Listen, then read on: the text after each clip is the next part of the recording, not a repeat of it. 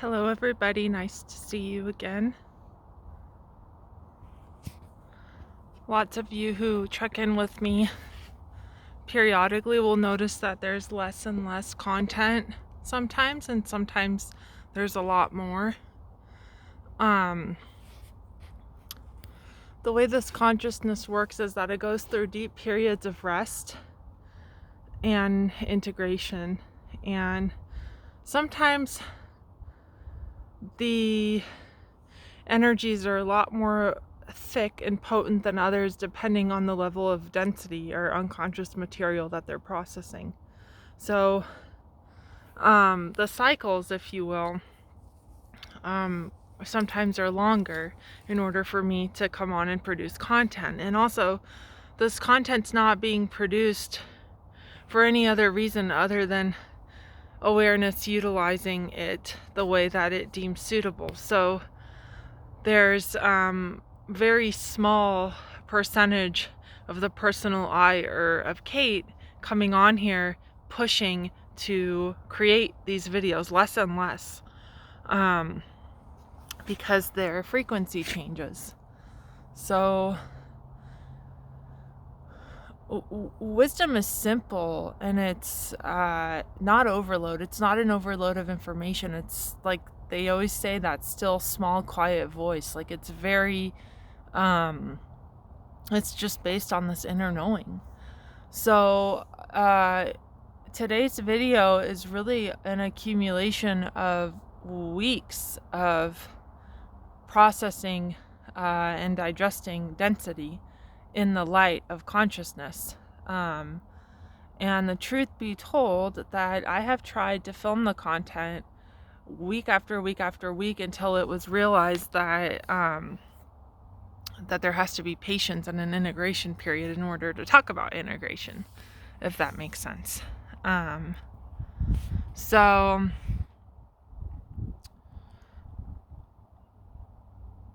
the trick really for me is to use the right terminology to make sure that it's like laser pointed in what the meanings that I want to convey, because as we all know, we each create our own meanings based on personal dynamics and our own inner filtration systems, i.e. the mind. So integration, basically, the cycle of awakening, or that sacred inner spiral that I've talked about months ago. Remember, guys, when I was talking about all the petroglyphs out here on the rocks that the Indians used to draw, and the most common one that I would run into or encounter was the spiral, and meaning like the spiral that comes out. And one of the biggest ones, it was like literally like my whole torso, like bigger than my torso, was above this river cliff, up the ridge here, like smack in the middle of the where the sun rises, or actually sets, I'm sorry, where the sun sets. And I haven't been back there since, because it requires a little off-road driving, and we have car things we need to figure out with the off-road car. Anyway, that's neither here nor there. But that sacred spiral is really an image of awakening, or of incubating the seed of truth that you are, and then allowing that seed to kind of evolve as consciousness evolves through the physical body and the physical life of the person. And in the past few months to year, I would say a lot of the content that's been produced on Spiritual Shifts was really about that spiral, and about exposing, digesting, and allowing shadow material to arise, or rather that which is unconscious at a collective level, ancestral level, and also personal level. And so that is what we call a non-duality conditioning. So, or the loss of the personal I. So that process again undertakes, in this case, years. It took years, and there's still remnants that need to be refined in terms of that identity, the personal identity, matching up or coming into alignment with this greater I, or this greater self that's been recognized. So that spiral actually begins at that point of recognition, whether it's some big aha awakening moment, some explosive loss of self, or simply just this deep inner calling to walk this path of awakening. And so that consciousness will start to evolve and expand and include different areas of life until it gets expanded into that all-knowing, all-seeing I. And on its path, as it walks that path of awakening, it meets many friends, it meets many enemies, it meets many energies that it get integrated and pulled into itself. So this would be the lost selves or the shadow selves or those archetypes that we've deemed unsuitable or in some way or another dark, right? So all those things come into the light and get pulled onward in this journey of the spiral, the hero's journey that we've talked about before. And the goal is the lumen self. The lumen self, that's the integration. So that is once the personal I has been fully and totally encapsulated by the big I, by the all-knowing, all-seeing self or God or Brahman. So I'll say it again. Surrender is probably the highest virtue on this path. Surrendering to that inner knowing, that inner truth, and that inner teacher.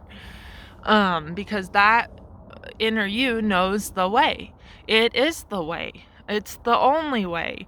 So when we're looking to external sources, and I'm not saying like healing modalities, shamanic work, stuff like that, like there are so many incredible, wonderful tools that inner knowing or that intuitive inner mother wants to include to help this energy or assist it into its transmutation or transformation. Truly, like there's nothing wrong about that. It's not like we can say, oh, that's the dualistic self like working on itself. No, it's the I, the all-knowing, all-seeing I.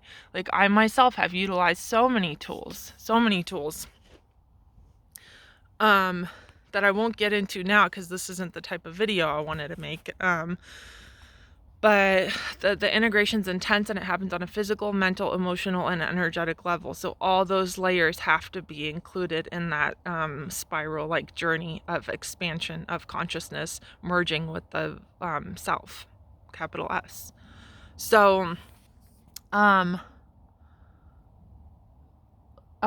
second. Let me see where I want to go with this. So, at a certain point, we must honor life force, energy, or being. Okay? Because that is the physical manifestation, the physical quality or essence of this moving, breathing, living awakening. Okay? So when we're still stuck in shadow and we're stuck in depression, anger, grief, and those heavier, denser energies, like you're not meant to stay there, people. You are not meant to stay there. It's okay when they're there. That means they're processing and being distilled into wisdom, into light, into more life energy. That is actually what they do. When integrated, they restore life force. So if you're in that incubating cocoon period where it's really mucky, really decaying in on you and your life is crumbling apart, just know there's more. There's more. I've walked this path. I've been on the spiral. I am speaking to you from experience. There's more. But it comes from, at that point, choice, which seems paradoxical because we really do talk so much about on this channel not having free will. But when it's a divine choice, when it's a choice that comes from an inner knowing, that's not the personal will of the story I, me. That's not what chooses. Like when choice comes from that inner realm of inner knowing of who you are, there's no choice. Like there's no questioning that calling. Like it's deep. Like you know how deep your calling is. Like otherwise you wouldn't be listening to this video. Something here calls you to be here and to walk the spiral.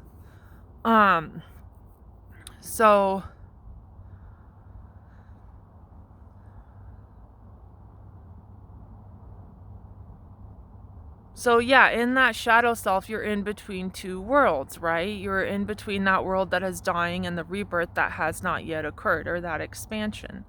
And the only path to it, again, is surrendering or letting go of expectations or letting go of things needing to be a certain way. But ultimately, you have to follow the path of truth or the light or that inner knowing. to walk all the way out and expand into that that consciousness that includes all things, all of life, and values all things and all of life through its sensitivity, through its inner knowing that it is everything. Okay, and you know what I'm talking about, because it's this respect and this reverence towards all things, no matter what they are. And yes, it includes all those difficult, uncomfortable areas, but again, that's not the boundary. You're not meant to stay there. You're meant to expand into that all-knowing, all-seeing light that you are. And that can only be done by following your truth, which only lives in the here and now. If you're still gathering information from your mind and your thinking patterns and your logical brain, you'll be stuck in these loops of shadow. Because in order for shadow to process, it needs light. So yeah, I was trying to make this video multiple times because I knew it was going to be a little bit out of the confines of these small compartmentalized pieces of wisdom that are shared. I wanted to give you a bigger story, kind of a bigger snapshot of awakening, and to encourage people who are going through that death process and who are very uncomfortable in it to keep going. Keep going. Spend time in nature. What do I do? What have I been doing? My life has been a form of teaching this wisdom. There's a reason I come out here, because it feels good. Okay, so that's that. Nice to see everybody, and have a great week wherever you are. Bye-bye.